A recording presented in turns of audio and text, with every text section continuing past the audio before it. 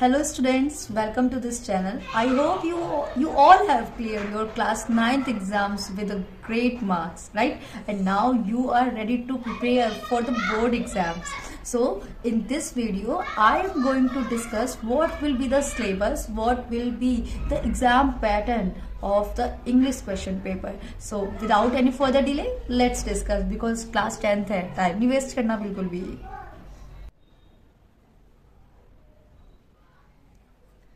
तो स्टार्ट करते हैं हम अपने सिलेबस डिस्कशन को। तो ये मैंने ले लिया है प्रिंट आउट्स, ये सिलेबस है क्लास 10th का इंग्लिश का। तो यहाँ पे देखिए, जैसे कि हम नॉर्मल बात है कि हमारा जो पूरा एग्ज़ाम होता है वो 100 मार्क्स का ही होता है, ठीक है। आपका 100 मार्क्स का ही है। आपकी जो ओवरऑल परसेंटेज बन के आएगी वो भी 100 मार्क्स में से ही बनकर आएगी।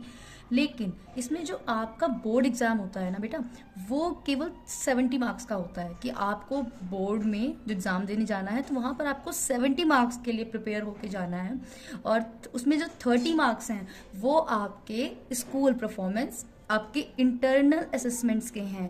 यानी कि थ्रू आउट द ईयर, पूरे साल में आपके जितने भी हाफ ईयरली या यूटी जो भी आपके स्कूल में होते हैं, तो उसमें जो भी आपने मार्क्स गेन किए हैं उसके बेस पे आपका जो टीचर है वो आपको मार्क्स देगा। तो ऐसे में बहुत ज़रूरी है ये कि आप स्कूल में अपनी रेगुलर अटेंडेंस, अपने सारे एग्जाम्स को सीरियस ले। ये नहीं कि हमें पूरे साल मेहनत नहीं करनी है इतनी कि ठीक है ये तो बोर्ड का रिजल्ट है, बोर्ड में हम अच्छे से कर लेंगे, एक दिन में एक महीने में अच्छे से पढ़ाई कर लेंगे।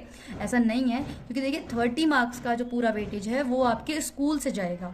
तो प्लीज़ अपने टीचर्स को हमेशा खुश करके रखना अच्छे से, और अच्छे से पढ़ाई करना, और अपने सारे एग्जाम्स को सीरियसली लेके करना है, क्योंकि 70 मार्क्स तो है बोर्ड के लिए और 30 मार्क्स है आपके टीचर्स के हाथ में। ओके, अब आगे बात करते हैं कि पैटर्न कैसे होगा और उस पैटर्न में कितने मार्क्स का कौन से क्वेश्चंस हमारे आएंगे। तो फर्स्ट पार्ट जो कि हमारा रीडिंग सेक्शन है, उसमें पहला क्वेश्चन लिखा है 1 short unseen passage followed by the 3 MCQ। कि यहाँ पर सबसे पहला क्वेश्चन आपका अनसीन पैसेज का आएगा, जो कि जिसके अंदर आपसे 3 MCQs पूछेंगे। वो मतलब आपको उसमें डिस्क्रिप्टिव आंसर नहीं देना है, सिर्फ जो भी ऑप्शंस हैं उसमें टिक करना है। ये पूरे एक क्वेश्चन 1 मार्क्स का है, यानी कि 3 नंबर का आपका पूरा क्वेश्चन है first question. Second question again ये भी अनसीन पैसेज का ही है, followed by very short answer type questions. अब इसमें आपको एमसीक्यूज नहीं मिलेंगे कि ऑप्शन गिवन है और आपने टिक कर दिया, नहीं। यहाँ पर आपको अपने शॉर्ट आंसर उस पैराग्राफ में से फाइंड करके लिखना है, और यहाँ पर हर एक क्वेश्चन के आपको 2 नंबर मिल रहे हैं। इसका मतलब ये क्वेश्चन पूरे 6 मार्क्स का हो गया, 6 मार्क्स का हो गया। और इसमें जो एक और एडिशनल क्वेश्चन है वो वोकैबुलरी बेस्ड होगा। Vocabulary means they can ask एंटोनियम्स, synonyms और वन वर्ड सब्स्टिट्यूशन, है ना, ऐसा कुछ भी वो पूछ सकते हैं आपसे, तो उसके 1 मार्क्स हैं। तो ये हमारे टोटल जो हमारे नंबर हैं रीडिंग सेक्शन के वो 10 मार्क्स का है। क्लियर? यानी कि इसमें 2 तो हमारे पैसेज हैं और दोनों पैसेज में ये 10 मार्क्स कवर है। पहला है 3 नंबर का और दूसरा हम मान सकते हैं कि 7 मार्क्स का है, ठीक है। तो आपको ये मार्क्स, अगर आपने अच्छे से रीडिंग कॉम्प्रिहेंशन की प्रैक्टिस की है तो आप इसे इजीली बिना लर्निंग के, जैसे होता है ना लर्निंग ही हम याद ही नहीं कर पाते हैं, हमें याद करने की टेंशन कि याद कैसे होगा। तो अगर हम इसमें देखें तो केवल 1 मार्क्स का जो क्वेश्चन है वो हमारी लर्निंग बेस पे हो सकता है, क्योंकि अपोजिट वर्ड्स, सिनोनिम्स हमको वो लर्न करने पड़ सकते हैं। बट ये दोनों तो हमें डायरेक्टली हमारे पैसेज से मिल जाएगा, जिसमें बस आपको इसमें केवल आपको सेंटेंस फॉर्मेशन की थोड़ी बहुत नीड हो भी सकती है, अदरवाइज आप क्वेश्चन से पैराग्राफ से फाइंड करके लिख सकते हैं। Now the next section is writing section. Writing section में क्या है? राइटिंग स्किल्स में लेटर कैन बी फॉर्मल और informal. As you all know, formal letter means any letter that is write formally, है ना, जिसको हम किसी भी ऑफिस के लिए लिख रहे हैं, स्कूल के लिए, बैंक के लिए, या म्यूनिसिपल कॉरपोरेशन, नगर निगम, कहीं भी हम ऐसी जगह के लिए लिख रहे हैं। और इनफॉर्मल मीन्स अपने रिलेटिव फ्रेंड्स के लिए जो हम लिखते हैं। तो इसमें दोनों ही टाइप के लेटर्स और एप्लीकेशन आपका आएगा, वो आपको प्रैक्टिस करनी पड़ेगी। और डेफिनेटली अगर आप 10th में आए हैं, इट मीन्स आपने ये 9th में सब कुछ पढ़ा हुआ है लगभग। तो इसके पूरे आपको 4 मार्क्स मिल रहे हैं, ठीक है। 4 मार्क्स का है आपका राइटिंग स्किल्स में लेटर और एप्लीकेशन का पार्ट। देखिए इसमें ज़्यादा आपको मेहनत नहीं करनी पड़ेगी, क्योंकि अभी तक हमने फर्स्ट क्लास से बच्चों को, फर्स्ट नहीं तो सेकंड से आप सभी ने एप्लीकेशन लिखना सीखा होगा। और फॉर्मल राइटिंग में हमेशा जो उसका फॉर्मेट है कि हमें कैसे लेटर को लिखना है वही मस्ट होता है, बॉडी के तो 1 नंबर होते हैं, ठीक है। तो आपको इसको पूरा अच्छे से ध्यान देना है। The next is question number 4, the descriptive paragraph reports articles, one option based on the given verbal input, another on figurative input in about 80 to 100 words। हाँ, इसमें आपको थोड़ा सा या तो आपको मोर देन 5-6 डिस्क्रिप्टिव पैराग्राफ अच्छे से एकदम रोट लर्निंग के साथ याद होने चाहिए, या फिर आपके पास दूसरा ऑप्शन है, अगर आप लर्न नहीं करना चाहते तो आपको सेंटेंस फॉर्मेशन सीख लेनी चाहिए, जिससे कि आप किसी भी टॉपिक पे अपने व्यूज, अपनी बातें आप लिख सको। तो इसमें भी ज़्यादा मार्क्स आपको मिलने के चांसेस होते हैं, क्योंकि इसमें आपको अपने इनपुट्स देने होते हैं मोस्ट ऑफ द टाइम, ठीक है। अगर आपको अच्छे से सेंटेंस फॉर्मेशन आते हैं, आप सेंटेंस फॉर्म कर पाते हैं, अपने थॉट्स को इंग्लिश में एक्सप्रेस कर पाते हैं, तो यहाँ भी लर्निंग जैसा कुछ नहीं है। वरना अगर आप कैपेबल नहीं है अपने सेंटेंस को फॉर्म करने में इंग्लिश में, फिर तो आपको हर चीज़ ही रटनी पड़ेगी, जो कि अच्छी बात नहीं है। तो आप अपनी ट्रांसलेशन पे ज़्यादा प्रैक्टिस करिए, ताकि आप अपनी सारी बातें अच्छे से लिख सकें इंग्लिश में। तो ये आपको 80 to 100 वर्ड्स में लिखना होगा, और जिसके लिए आपको पूरे मिलेंगे 6 मार्क्स। तो हम कह सकते हैं यहाँ पर कि यहाँ पर आपका जो राइटिंग स्किल्स है ये पूरे 10 मार्क्स की है। नाउ नेक्स्ट अब आते हैं हम अपने ग्रामर पोर्शन पे। ओके, तो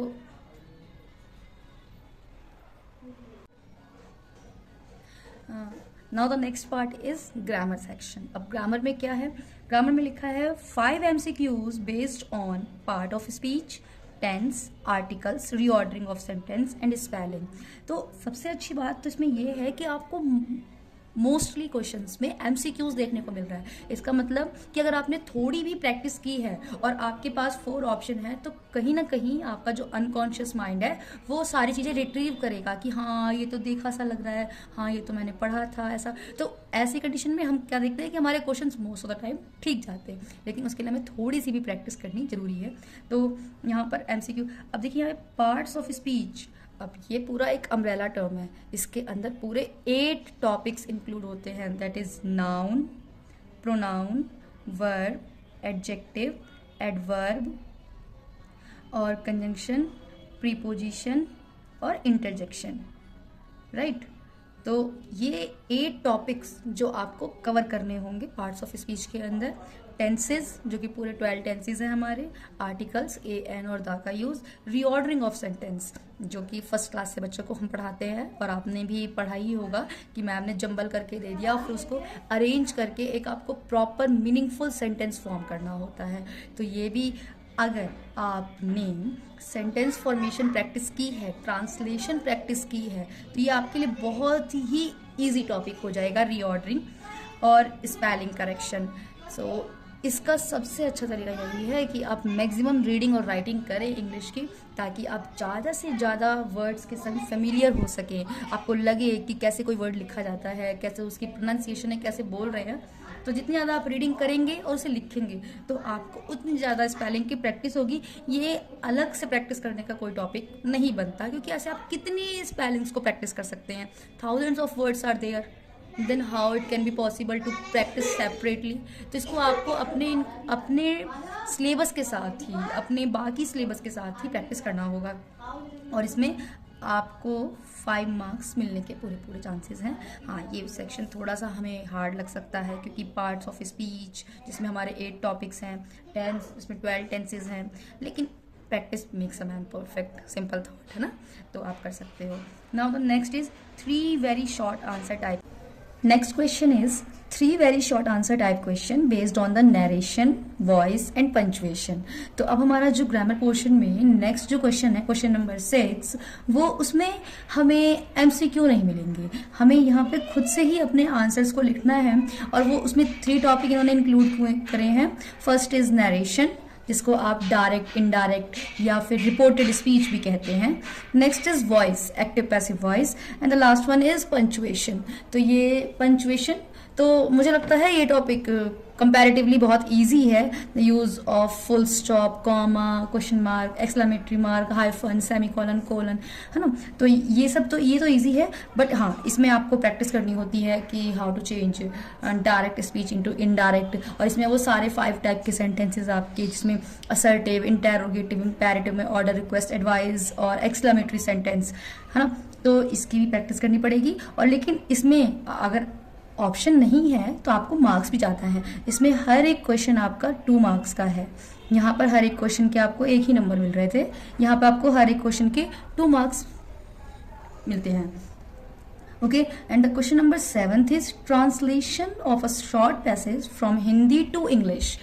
7th क्वेश्चन में आपकी ट्रांसलेशन है। जी हाँ, यूपी बोर्ड, सीबीएसई बोर्ड में तो ये कंपलसरी नहीं है, इवन आता ही नहीं है, बट यूपी बोर्ड में ये मैंडेटरी है कि आपको एक पैराग्राफ, चाहे वो 10th का सिलेबस हो या 12th का, उसमें आपको ट्रांसलेशन मस्ट होती है, आती ही आती है। लेकिन ज़्यादा नहीं है, इससे ज़्यादा घबराने की बात नहीं है। केवल 4 सेंटेंसेज यहाँ पे इंक्लूड किया हुआ उन्होंने, ये 4 सेंटेंसेज ही हैं जो कि 35 मार्क्स का है। Okay, I am so sorry, 4 marks का है। यहाँ पे 4 सेंटेंसेस ही हैं जो कि 4 मार्क्स का है। ओके, तो आपको ट्रांसलेशन सेंटेंस की प्रैक्टिस मस्ट है बेटा, वो आपको करनी ही है। You should know how to change a Hindi sentence into English. आपको अपने थॉट एक्सप्रेस अगर करने आ गए, आपको अपनी बात कहनी आ गई इंग्लिश में, स्पीकिंग में यहाँ पे बात नहीं है, हमें तो राइटिंग में सीखना है, तो आपको काफ़ी हद तक हेल्प मिलेगी। और अगर हम देखें तो अगर हम देखें यहाँ पे तो हमें पता चलता है कि कितने मार्क्स का ये हमारा पूरा पोर्शन हो जाता है ग्रामर का। 10 मार्क्स रीडिंग, 10 मार्क्स राइटिंग और 15 मार्क्स हमारे ग्रामर में। इट मीन्स टोटल जो हमारा ये जो सेक्शन है, जिसे हम ग्रामर के पोर्शन के नाम से ही कहते हैं, ये टोटल हमारा 35 मार्क्स का है। Okay, let's discuss about the literature portion. Okay, तो अब बात करते हैं लिटरेचर में। तो देखा हमने कि 35 मार्क्स का तो हमारा ग्रामर है, ग्रामर इन सेंस की reading, writing, grammar portions, all these things. और अब हमारा जो नेक्स्ट रिमेनिंग पार्ट रहेगा, कि टोटल हमारा जो क्वेश्चन पेपर है वो कितने मार्क्स का है, 70 मार्क्स का, जिसमें से 35 मार्क्स का तो रीडिंग, राइटिंग और ग्रामर स्किल्स के हो गए, और 35 मार्क्स हमारे लिटरेचर के हैं। लिटरेचर में हम बात करते हैं तो लिटरेचर में आपको पता ही आपकी 2 बुक्स हैं। फर्स्ट बुक का नाम है first flight. First flight 23 marks contain करती है, तो जिसमें हमारा फिर अगेन इन्होंने डिवाइड किया है उसको 2 पार्ट्स में, that is prose and poetry. Prose means होता है स्टोरीज, है ना। तो प्रोज में हमारे 15 मार्क्स कंटेन किए गए हैं। The first question in prose is 2 MCQs based on the given extract. So what does the meaning of extract? It means there will be a scene passage from the chapter that you have already read. जो भी आपने class में अपनी stories पढ़ी हैं, उसी में से कोई एक पैराग्राफ आएगा और आपको उसे ही देखकर उसमें से 2 क्वेश्चन MCQ जो आपको दिए होंगे आपको सॉल्व करने हैं, और हर एक MCQ का 1 नंबर आपको मिलना है।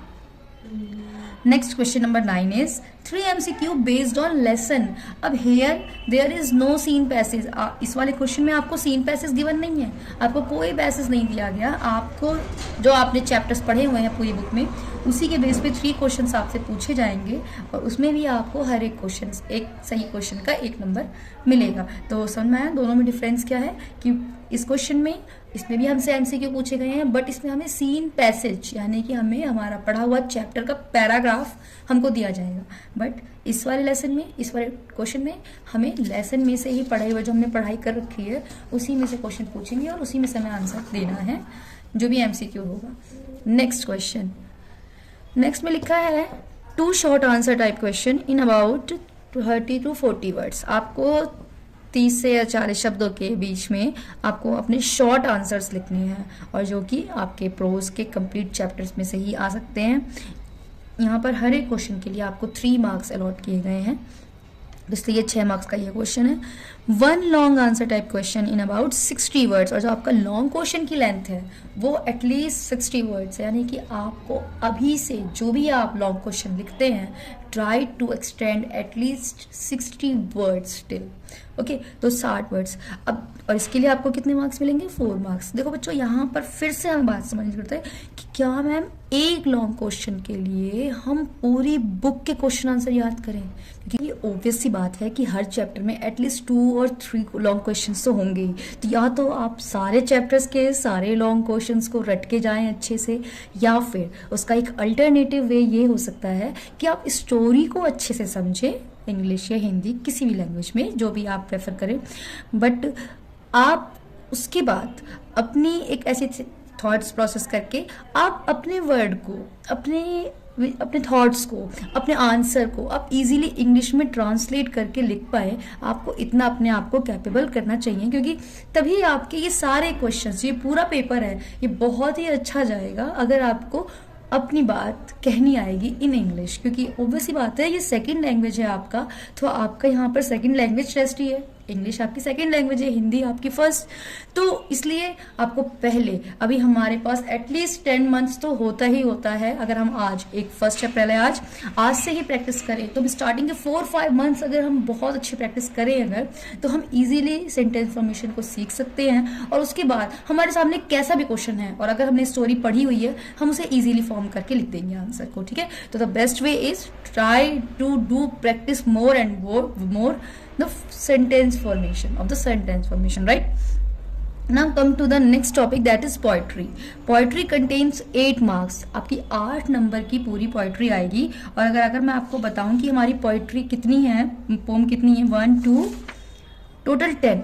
We have total 10 poems in this book and it contain only 8 marks. So how we can prepare ourselves smartly? देखो, हमें मेहनत तो करनी ही है, बट अगर हम उसमें अपनी स्मार्टनेस भी यूज़ करें तो हमारी जो प्रिपरेशन जर्नी है वो ज़्यादा इजी हो जाएगी एज़ कम्पेयर टू सिंपल। ठीक है, तो उसके लिए हमें क्वेश्चन पेपर का पैटर्न समझना बहुत जरूरी है कि हमें किस मार्क्स के लिए कितनी मेहनत करनी है। The first question is 2 MCQs based on the given extract. Again extract मैंने अभी आपको पहले भी बताया कि इसमें क्या होगा, जो आपकी ये 10 पोम्स हैं, आपके पोइट्री में पूरी 10 पोम्स आएंगी। ठीक है, तो इस 10 पोम्स में से आपको कोई भी एक पैराग्राफ गिवन होगा और उस पैराग्राफ में से आपको 2 MCQs क्वेश्चन पुटअप किए गए होंगे, तो आपको उसका आंसर फाइंड आउट करना है। अच्छा, ध्यान रहे, कई बार ऐसा होता है, कई बार नहीं, हम 50% केसेस में कह सकते हैं कि वो आपसे उस पोएट का नेम ही पूछ लेते हैं। तो इसीलिए ये एडवाइस है, बेस्ट सजेशन है कि जब भी आप कोई पोम पढ़ें तो मेक श्योर कि आपको उसका पोएट नेम जरूर याद हो जाए। ठीक है, इसलिए अच्छा रहेगा कि आप साथ ही साथ याद करें, या फिर अपने पास एक अभी से लिस्ट बना लें, एक साइड में पोम के नेम्स और सामने उसके पोएट, और उसको अभी से रोज मॉर्निंग में एक नज़र बस देख लें, तो आपको अभी इतने दिन है हमारे पास, आप इजीली उसको याद कर लेंगे। नेक्स्ट है 1 short answer type question based on the poetry lesson in about 30 और 40 वर्ड्स। तो सेम एज इट इज, जैसे हमारे प्रोज में 30-40 वर्ड्स का एक शॉर्ट क्वेश्चन आया था, सेम एज इट इज एक क्वेश्चन यहाँ पर भी है, और यहाँ पर भी आपको उसके पूरे 3 मार्क्स मिलते हैं। ठीक है, बट खुशी की बात यहाँ पर यह है कि it's not mandatory to attempt, it's optional. तो आपका दूसरा ऑप्शन क्या है, अगर आप इसको नहीं करना चाहते, आपको क्वेश्चन आंसर में दिक्कत आ रही है, दैट्स सिंपल थिंग, और लिखा है यहाँ पर, और उसके बाद लिखा है 4 line from any poem prescribed in the syllabus. ठीक है, कि 4 लाइन आपको बस याद करनी है, प्रिस्क्राइब इन सिलेबस। अब देखो, ये अच्छी बात है, अभी तक हमारे जितने भी एग्जाम होते आए हैं, हमारे 1st से लेकर 9th तक, उसमें मैम यही कहती थी कि सिलेबस में, जो आपके सिलेबस में आपको गिवन ऑप्शन दिए जाते थे कि ये पोएम दी है, इनमें से कोई एक सेलेक्ट करके अपनी पोएम लिखो, बट हेयर बोर्ड एग्जाम्स में आपके संग ऐसा नहीं है। और ध्यान रहे, इस पोम में जो आपको 4 लाइन्स लिखनी है, और ये क्वेश्चन है 3 मार्क्स का, तो इसमें 2 नंबर तो हमारी पोम के हैं। जो आप 4 लाइन लिखेंगे, यानी हाफ मार्क्स का 1 लाइन, तो 2 नंबर तो पोम के हैं, और जो 1 नंबर पूरा है वो आपके पोएट नेम का है। इसीलिए पोएट नेम को हल्के में बिल्कुल नहीं लेना। ठीक है, इसको आपको अच्छे से याद करना है, जरूर ध्यान से, क्योंकि इसके नंबर आपके पूरे कट सकते हैं। And the last question in poetry is central idea of the given poem. अब इसमें आपके पास फ्रीडम उतनी नहीं है, आपको यहाँ पर ऑप्शन दिए जाएंगे, आपको 2 से 3 पोएम के नाम दिए जाएंगे जिसकी आपको सेंट्रल आइडिया लिखना होगा। And central idea means the central theme of the poem, what does poet want to deliver to us, कि पोएट हमसे क्या कहना चाहता है, what do you understand by this poem, what is a lesson. ठीक है, तो ये सारी चीजें हम डिस्कस करते हैं। हम कह सकते हैं समरी, कि जो भी कुछ हमने पोएम में समझा उसकी समरी आपको लिखनी होती है विद द पोएट नेम। तो अगेन ये 3 नंबर का क्वेश्चन क्वेश्चन है तो आप मान के चलिए कि 2 नंबर आपकी समरी के हैं और 1 नंबर आपके पॉइंट का। तो पॉइंट को कहीं भी इग्नोर नहीं करना, पॉइंट के साथ साथ हमें वो समरी के साथ साथ सेंट्रल आइडिया के साथ हमें पॉइंट नेम भी जरूर लिखना है, ठीक है। तो इस पे आप ध्यान देंगे। तो ये था पूरा 8 मार्क्स की पोइट्री। एक बार फिर से रिवाइज कर लेते हैं कि हमसे क्या डिमांड किया जा रहा है। 2 MCQs, जो कि हमें एक पैराग्राफ गिवन होगा किसी भी पोम का, पूरे चैप्टर में से हमारे पूरी 10 पोम्स आ रही हैं, उसमें से 2 MCQ पूछे जाएंगे। तो आपके पास ऑप्शन है, आप देख के टिक करेंगे। एक क्वेश्चन का 1 नंबर है। 1 शॉर्ट क्वेश्चन और 4 लाइन पोएम। या तो आप एक शॉर्ट क्वेश्चन लिखिए या फिर आप 4 लाइन की पोएम लिखिए कोई भी। तो ये आपके लिए बेटर है कि आप 4 लाइन की पोएम अभी से रिवाइज कर लीजिए। तो इसके लिए आपको 3 मार्क्स गिवन है। और जो हमारा लास्ट क्वेश्चन है, that is the central idea of the poem that is given in the question paper. Question paper में जो भी 3 या 4 नाम हमें मिले होंगे, उसी में से हमें किसी एक का सेंट्रल आइडिया याद करना है। तो आप इसे मान सकते हैं जैसे हमारे पास प्रोज में लॉन्ग क्वेश्चन था, ठीक है, चैप्टर आपने समझा हुआ है, उसके बेस पे आपको लॉन्ग क्वेश्चन मिला था। सेम एज इट इज आप मान सकते हैं कि आपने पोएम पढ़ी है अच्छे से, आपको पता है कि इस पोएम में पॉइंट हमसे क्या कहना चाह रहा है, लेकिन आपको उसके लिए लिखने की प्रैक्टिस करनी है। तो फिर से अपने थॉट्स को अभी से इंग्लिश में लिखने की प्रैक्टिस करिए ताकि आप वहां पर लिख सकें। Okay okay okay, that is 3 marks. मैं मार्क्स को हाईलाइट कर देती हूँ, थोड़ा सा यहाँ पे मैंने ज़्यादा खिचड़ी पका दी शायद। 3 नंबर ये उसके हैं क्वेश्चन के और ये 3 नंबर सेंट्रल आइडिया के, ठीक है। यहाँ पर 4 मार्क्स का एक लॉन्ग क्वेश्चन था और 6 मार्क्स यानी 2-2 क्वेश्चन के नंबर ऐसे थे। चलिए अब बात करते हैं जो हमारी नेक्स्ट बुक है, that is footprint without feet, ठीक है ना, फुटप्रिंट विदाउट फीट। तो इसमें से हमारे 12 मार्क्स का, क्योंकि हमने बात करी थी टोटल क्वेश्चन पेपर 100 मार्क्स का, 30 मार्क्स आपके स्कूल से ही जाएंगे और 70 मार्क्स आपके वहाँ क्वेश्चन पेपर में। क्वेश्चन पेपर में फिर से उसको 2 पार्ट्स में डिवाइड किया गया है। एक तो लिटरेचर, दूसरा ग्रामर और reading writing skill. Reading writing और ग्रामर मिला के आपका 35 मार्क्स का हुआ है और हमारा लिटरेचर पोर्शन भी 35 का। अब लिटरेचर पोर्शन को फिर से डिवाइड करा गया है 2 बुक्स में। First is first flight, second is footprint without feet, ठीक है ना। तो जो फर्स्ट फ्लाइट है उससे हमारे क्वेश्चंस ज्यादा हैं, क्योंकि जो आपकी फुटप्रिंट विदाउट फीट जो है वो एक तरीके से सप्लीमेंट्री बुक है आपकी। तो इसलिए हमारी मेन बुक जो है वो फर्स्ट फ्लाइट ही है, इसलिए उसमें से 23 मार्क्स का सिलेबस कंटेन किया जा रहा है और सप्लीमेंट्री में से 12 मार्क्स, तो टोटल 35 मार्क्स आपका लिटरेचर है। देखते हैं इसका क्या पैटर्न है और इसमें आपको कैसे तैयारी करनी है। तो यहाँ पर हमने देखा कि हमें हर एक पोएम को डिटेल में पढ़ना है और कोई भी एक अपनी फेवरेट पोएम जो हमें लगे उसकी 4 लाइन्स आज से ही मगअप करके रख लेनी है कि जी ये तो काम आनी ही आनी है। आगे बात करते हैं हम अपने फुटप्रिंट वाले बुक में। तो यहाँ पे 5 MCQ based on prescribed lesson. तो इन 9 लेसन में से कोई भी 5 MCQ वो आपसे पूछ सकते हैं, जिसके लिए आपके पास कोई पैराग्राफ वहाँ पे गिवन नहीं होगा। आपको अपने नॉलेज की बेस पे जो कुछ आपने पूरे साल पढ़ा है उसके बेस पे ही ये MCQ के आंसर टिक करने होंगे। ये टोटल 5 मार्क्स का है। 1 short answer type question in about 30 and 40 words. Again ध्यान रखना है कि चाहे वो पोइट्री का क्वेश्चन हो, प्रोज का हो या फिर हो सप्लीमेंट्री का, उसमें शॉर्ट क्वेश्चन की जो लेंथ है, जो वर्ड्स लिमिट है वो 30-40 वर्ड्स की है। तो इसलिए अगर आप कोई भी शॉर्ट क्वेश्चन लिखते हैं, चाहे उसमें 2 या 3 वर्ड की ही डिमांड हो, फिर भी आपको ऐसे प्रैक्टिस करनी है कि कम से कम आप उस पर 30-40 वर्ड्स लिख पाए एडिशनली, ठीक है। और यहाँ पर एक शॉर्ट क्वेश्चन का और हर पार्ट में हमारा जो शॉर्ट क्वेश्चन है उसके मार्क्स आपको 3 नंबर ही मिल रहे हैं। 1 long answer type question in about 60 words. Long question की जो लिमिट्स है वो 60 वर्ड्स की, लॉन्ग क्वेश्चन की जो लिमिट है वो 60 वर्ड की ही है और उसके लिए आपको यहाँ पर 4 मार्क्स मिल रहे हैं। यानी कि जो प्रोज था उसमें भी 4 मार्क्स मिले थे और सप्लीमेंट्री उसमें भी हमें 4 मार्क्स ही देखने को मिलता है। लेकिन सेंट्रल आइडिया हमारा 3 मार्क्स का है, जैसे हमने कंपेयर किया था कि वो एक तरीके से हम माने तो लॉन्ग क्वेश्चन टाइप ही फॉर्म कर रहा है, ठीक है। तो this is all about the 30-70 marks that you are preparing for your board exams. Okay, तो ये मैंने आपके संग पेपर का पैटर्न और सिलेबस डिस्कस किया। आई होप कि आपको क्लियर हुआ होगा। अगर आपको कोई भी डाउट है और कुछ भी आपको डाउट आ रहा है तो आप मुझे कमेंट सेक्शन में लिखकर पूछ सकते हैं।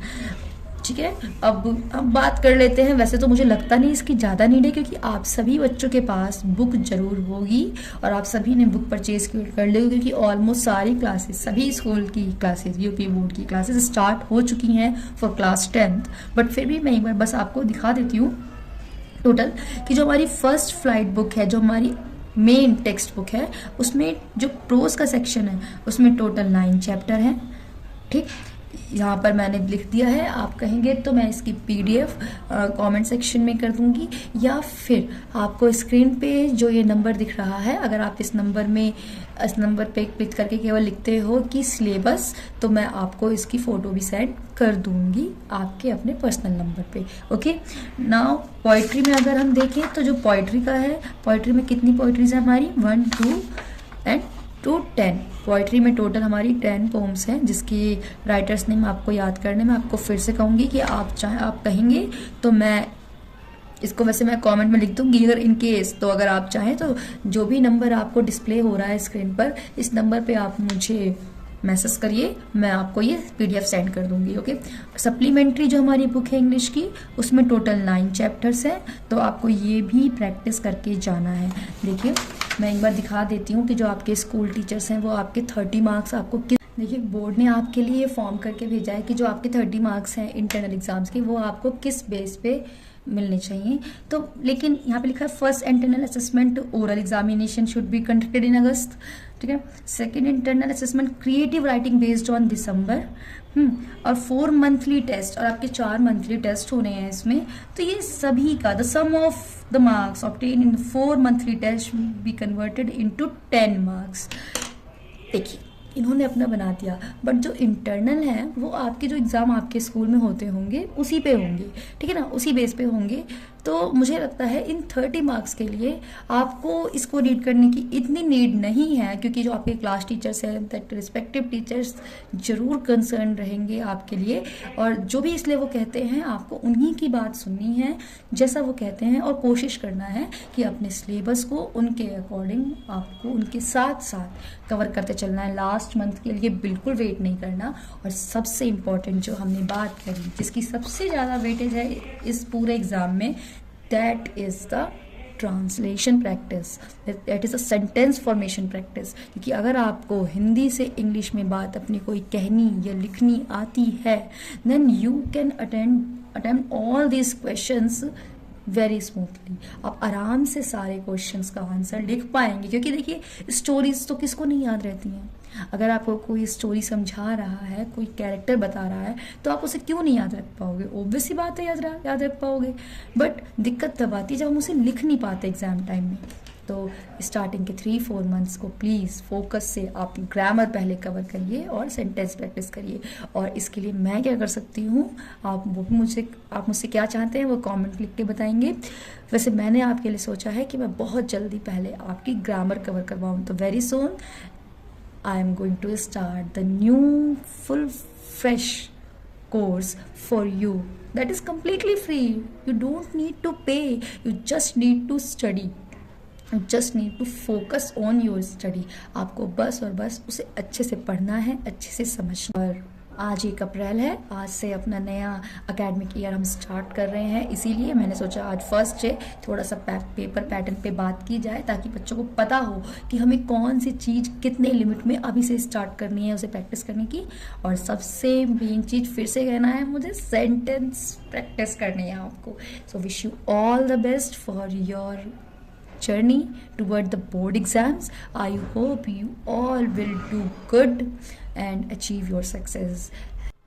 I hope कि आपको पूरा अपना इंग्लिश का सिलेबस समझ में आया होगा कि कितने मार्क्स हैं और कितने सेक्शंस में डिवाइड हुआ है, और सबसे ज़्यादा हमें कहाँ फोकस करना है, और कौन सा क्वेश्चन कितने मार्क्स का है। हमने सब चीज़ें एकदम अच्छे से क्लियर करी है इसमें।